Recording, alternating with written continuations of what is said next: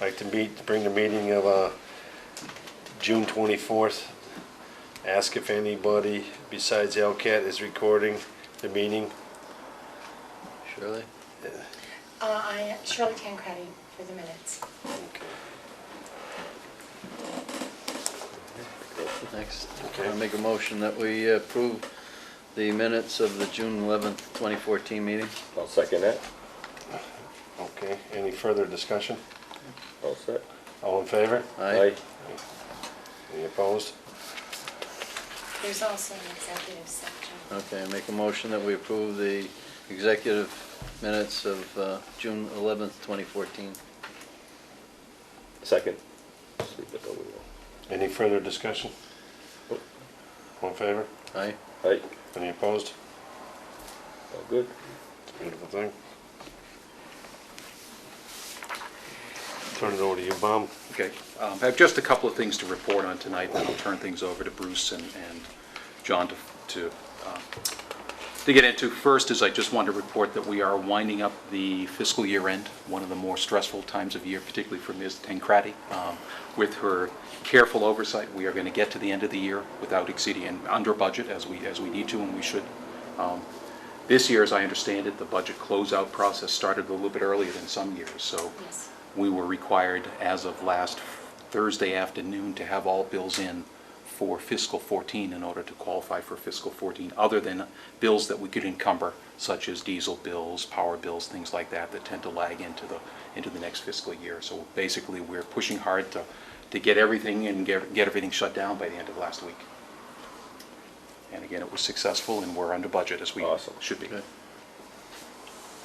Next item I wanted to mention was Elm Street. Elm Street continues, as we talked about previously. The game plan is to start the project in earnest after the July 4th parade. I expect that we may start seeing some activity from Palmer adjusting structures north of Maple Shade this week, but they won't be doing any additional activity, no activity south of Maple Shade until after the 4th. Myself and Mr. Collins and Mr. Miranda are meeting with the superintendent for Palmer Paving tomorrow to really nail down the details and the exact schedule, but everything they've been telling us right now is that's the plan, is hit everything in earnest after July 7th, and expect the road to be torn up probably for most of a month before we put it back in better shape than we started. That's not bad for a month. Now, yeah. I'll report back after we talk to Palmer tomorrow. We are working to get the information out to people. As the board may have seen probably a month or two ago, there was a pretty detailed article that the Reminder put together, pretty well written. It really went into the project, why we're doing it, how it's being constructed. I've spoke to the Reminder last week, and they are going to put out another summary of the project, and we are also on schedule to reach out to the radio stations, press, TV stations, etc., to get the word out to as many people as we can in advance that the project is going to be ongoing, and to try to stay away from the area if they can. Do we send any type of a direct notice to the residents on Elm Street? We can look into that. I know. Just because if they Yeah. have to be blocking, how are they going to get Right. into their house, and if they got the road Yeah, blocked off? what would be the hours of operation? Yeah, that type of notification we would typically do, as we do, for instance, on the sidewalk project, as we're approaching a resident who's going to be impacted by the project. I don't know enough information today to know when that's going to occur to notify anyone, but as those things come up, yes, we would be expecting to notify residents that would be individually impacted by the project. Like 7 to 4 or something like that. And that's one thing we'll talk about. Typically we'd allow 7 to 5. I don't have any reason to think that Palmer's going to be looking for any hours that are different than that, but Yeah. that's typically what we would hold them to. Do you know if anybody's going to be totally impacted, where they won't be able to get into their house for that night?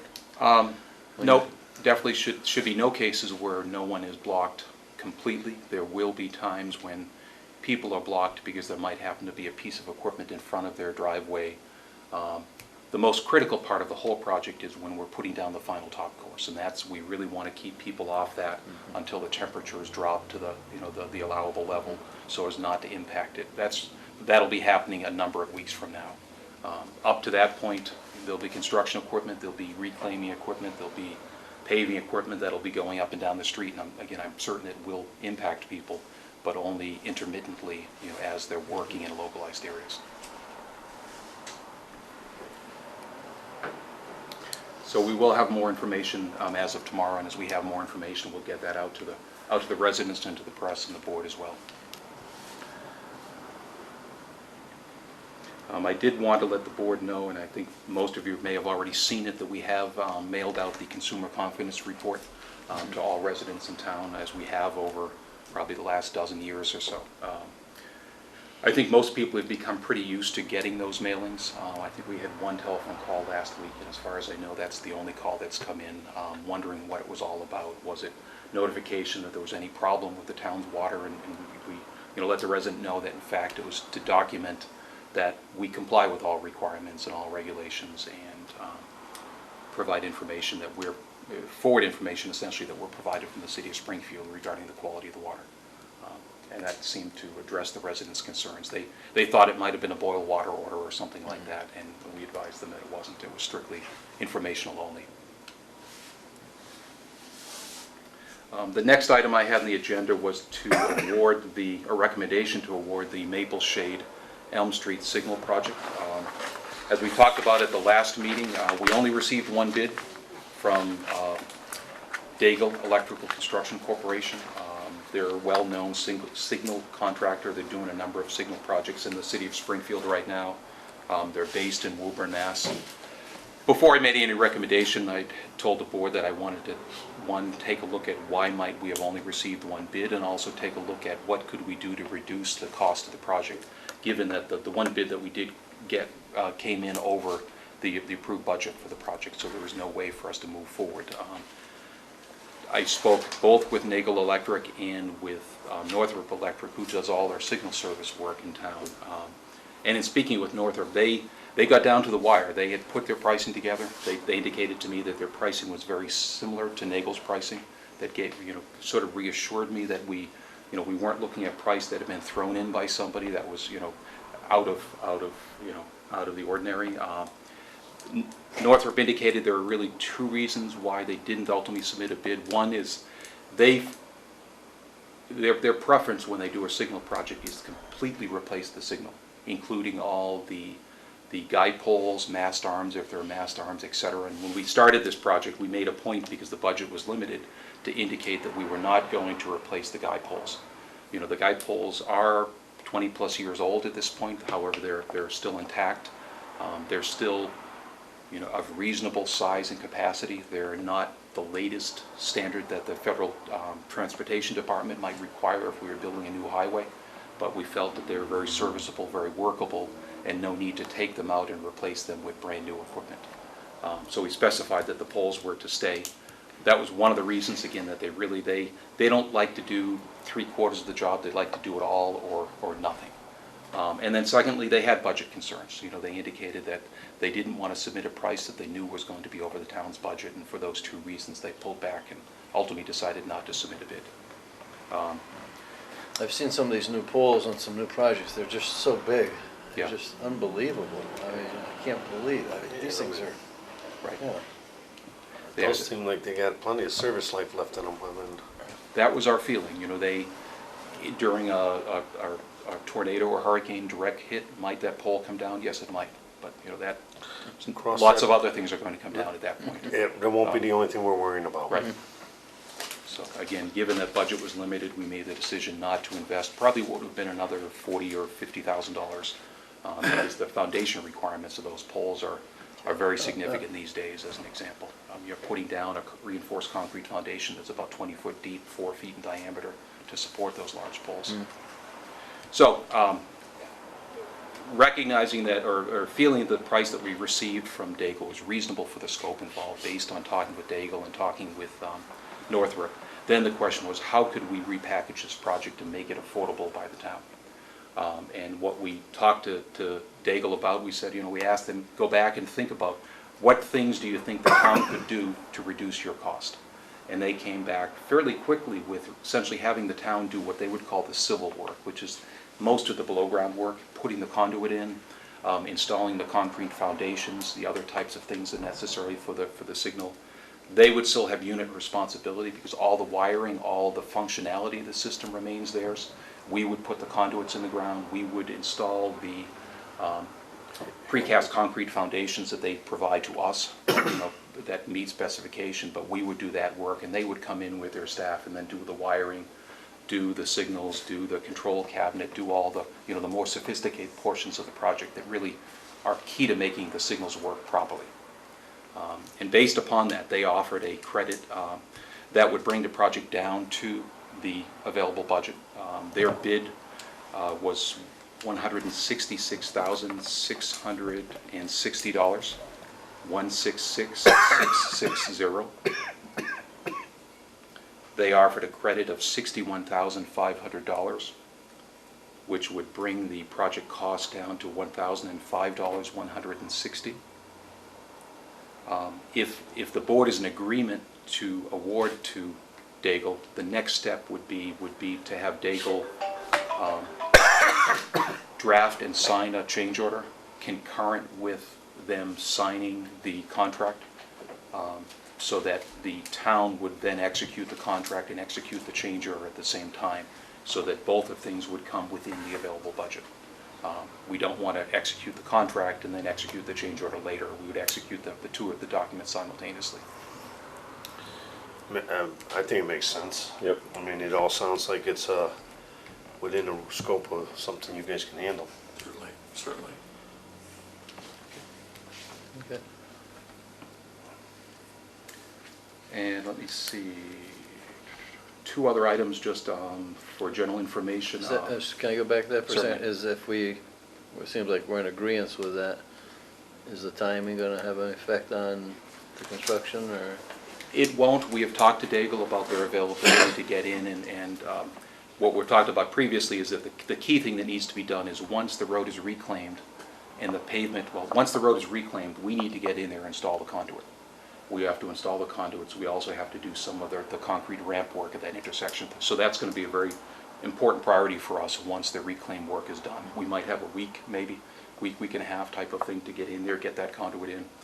Then Palmer will come in and they'll place the base, the binder course. And at that point, that is when Daigle will come in and they'll install the loop detectors. And then the loop detectors can sit there with the wiring connected to the pull boxes, but then the pull box termination is not completed until the new controller is installed at a later date. And Daigle has confirmed that the lead time in that controller is about 12 weeks. In this day and age, unfortunately, there's very little that's shelf available these days, so it's about 12 weeks once the contract is signed. They, in fact, were meeting with their supplier last week with the expectation that the contract would be awarded to them to see what they could do to speed up the schedule. But they were very confident they could get in and get the loops done when they needed to be done, and then they were going to try to push the control cabinet as soon as they could after that. So the lights will continue to work, or we're going to have to put them in flashing? Well, They will, right now, the loops at that signal do not work. So they currently work on timers, and they'll continue to work on timers.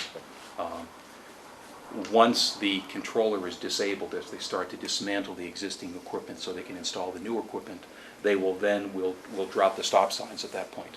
Because at some point, the existing heads have to come down, and the power has to be cut, and the new heads have to be installed, and the power has to be refed. And at that point, we'll be dealing with a four-way stop, hopefully for a relatively short amount of time. Okay, two more items. Just wanted to let this board know that I'll be meeting briefly with the Board of Selectmen this evening on a couple of items. One is to seek their signature on the Springfield Water and Sewer Commission water amendment, which the Board of Public Works has already signed and executed. The Board of Selectmen is a co-signatory to that document, so it's fairly critical that we move that along. So I'm meeting with the Board of Selectmen this evening. The town administrator indicated that it would be a good time for me to give the Board of Selectmen a quick update on Elm Street as well, so that's part of the reason for me meeting with the board. And then the third item that we have on the agenda is the Department of Public Works has made a request to the Board of Selectmen that if and when there are any surplus vehicles available, that the Board of Selectmen attempt to make a surplus of vehicle available to the Department of Public Works to replace the existing sedans that we have right now. And I can, in fact, Bruce, if you want to jump in right now and fill the board in on the status of those. Yeah, I believe a couple of weeks ago, driving along, all of a sudden the front end started rattling in the old blue Crown Victoria. After further investigation, the sway bar came actually unbolted from the frame because the frame was so rotted. And then actually looking at the rear end of the frame, 2 feet of the frame was actually rotted out and missing. So we took the plates off that because you obviously can't repair that, welding onto frames and everything else, and just because of the deterioration. So we got out the white car again and robbed some parts off of the blue car, put those into the white car because some of those parts obviously weren't available previously. We didn't have anything to take those off of, and got the white car going again. Still having some electrical issues with the white car, but it serves as transportation for me around town. I don't plan on taking it out of town anytime soon, so. And what was eye-opening to me was the age of those 2 vehicles. One of the vehicles is a 2000 model, one of them is a 2001. You know, both are well in excess of 150,000 miles on it, so they've put their time in. So that request, you know, is in front of the Board of Selectmen, that if and when, as they replace any of the police vehicles, for instance, if there's a vehicle available, to make it available primarily for Mr. Fenny to drive, as he puts quite a few miles on every day, visiting job sites in town. And then the last item was an update relative to what Springfield Water and Sewer Commission is doing to help improve the disinfection byproduct issue that they and we have faced for a number of years, where we see what's known as THMs or trihalomethanes levels elevate in the summertime in particular. They last year attempted to pilot a new chemical to improve the filtration process. They stopped it because of some of the negative impacts of that particular product. They have come back now with different dosages, different adjustments on that chemical this year, and it appears to be working pretty well. So they are optimistic that they will be able to manage those THM levels to keep them and us and everybody else significantly below the regulatory threshold, so we won't have any problems going forward. They're still in a pilot and a test mode right now, but everything is looking good. Why is it more effective? Why is it a bigger issue in the summer than the winter? Temperature, it's in part a chemical reaction that happens faster as the water temperature increases. In the wintertime, water temperature might be in the high 40s to low 50s. It starts warming up into the 50s and 60s in the summertime, and that accelerates the chemical reaction that produces the byproducts. That little bit of a temperature swing. Yeah, it can make a difference, yeah. Yeah. It also very much depends on the water quality and reservoir turnover and things like that. And typically at the end of the summertime, you actually see changes in water quality in the reservoir where the water starts to naturally turn over, and that brings more organic material into the water supply, which then creates more byproducts. And that is it for my items. Turn it over to Mr. Feeney. I've got a couple items on the agenda for this evening. The Pine Knoll Pool project was completed on Friday last week. Pool was open and ready for swimmers as of Monday this week. So that project's going well. There's a couple little punch list items we are taking care of. One of the spray features, there's 3 spray features on the project. The main one is a mushroom that goes in the shallow end. We actually installed that Monday afternoon, and unfortunately there's a gasket that was missing, so we had to order that gasket, but all the other spray features are working. So pool open on schedule as requested. I think adding to that, Bruce, I believe it's your intent, once the pool is drained in the fall, to basically give the pool a once-over again after it's gone through a season. Yep. And during the warranty period, make certain that we catch anything that needs to be followed up on. Yeah. But yeah, there is. Drain it every year? Yes, yes. There's obviously going to be some groundwater because of the buckets that are in the deep end. There's hydrostatic relief valves in there, Yeah. so any water pressure that's underneath the pool doesn't obviously build up underneath that deep end and crack the pool. So yeah, it's required to drain it every year and do our thing, and obviously we'll be trained on that once we close the pool with the contractor.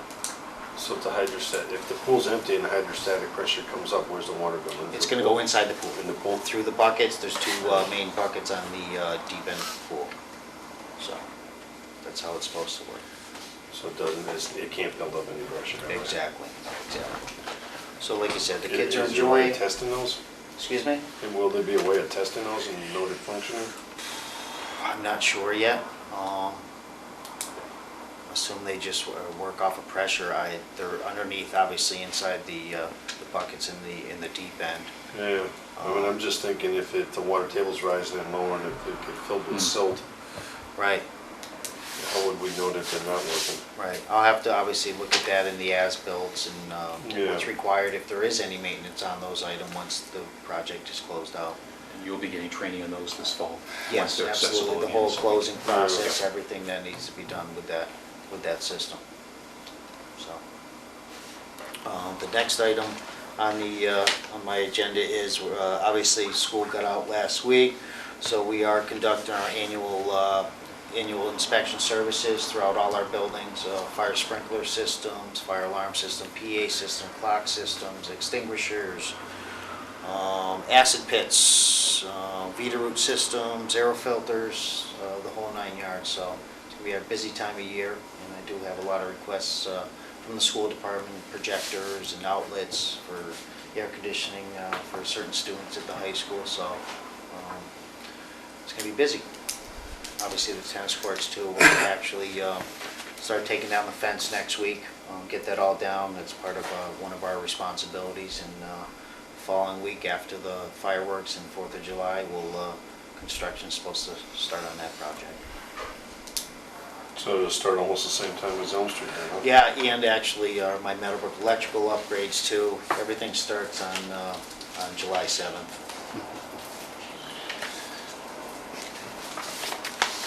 That's it.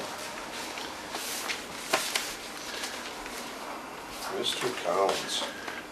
Last week, Bob had asked me to give Jim McKenna a call at Bartlett regarding the guardrail, Maple Shade and Porter on Pleasant. They agreed that they would schedule to have it replaced after July 1st, as close to July 1st as possible. I have not heard back from him as far as a set date, Yeah. but he was confident that they would be able to do it fairly soon, after the 1st of July. You know that obviously in the center the carnival's moved in. We shift gears a bit in putting up snow fence. Our Parks Department this last week had put up some snow fence barriers to protect the ball fields, the diamonds, those types of things. They were putting up some more today for the police. We meet with the police department. They have little exits and entrance points so they can keep people from coming in the field in bulk rather than funneling in through some small areas. Keep an eye on folks. And we're doing very well on the sidewalk job. Tony's crew is doing a very nice job out there on Parker Street. That would be the crew that Bob and I had talked about when we shift gears and have to go over to Maple Shade and Elm and get that done in relatively short order. I think I don't see that it should be a real issue. We've put a lot of handicap ramps in and crosswalks, sidewalks, and of course we'd have to follow their plan as far as any additional installations to save money on the construction of the lights themselves. The blacktop, we have done well, I think, this year in keeping up with the blacktop, replacing berm. We've kind of bounced back and forth to structure repairs and paving. A little short-handed, but I think overall we've done a good job. And again, once we get past the 4th of July, I think it'll free up some more people. We have a couple people out that will be back, and going forward, we're in good shape. We will I don't know if you folks know that going into the holiday, we have 3 people come in. We put barricades and detours out for the fireworks that night. We leave them out. The police department puts them up. The rest of the barricades that we use for the parade, we leave on a trailer at the service building. The next morning, we go out and blow all the trash and debris from the sidewalks into Maple Street. A sweeper comes, sweeps all of Maple Street, cleans up the mess because there's considerable mess after the firework night. We sweep the high school parking lot, which is a staging area, and then we do it again after the parade itself. So they come in about 5 o'clock in the morning, there's 3 people, and they have done a good job in the past, to the point where when we come back after the holiday, there's very little work to do. There's much less cleanup than there had been in the past when we didn't expend those individuals doing that work. I think that's pretty much it. Any other business? I don't think so. Set our next meeting? Looks like the 8th, we keep it on the same, July 8th.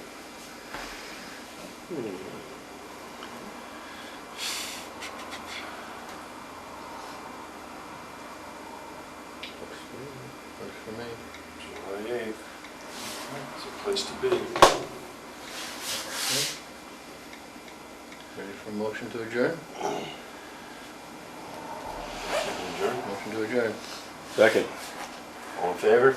Aye. Aye.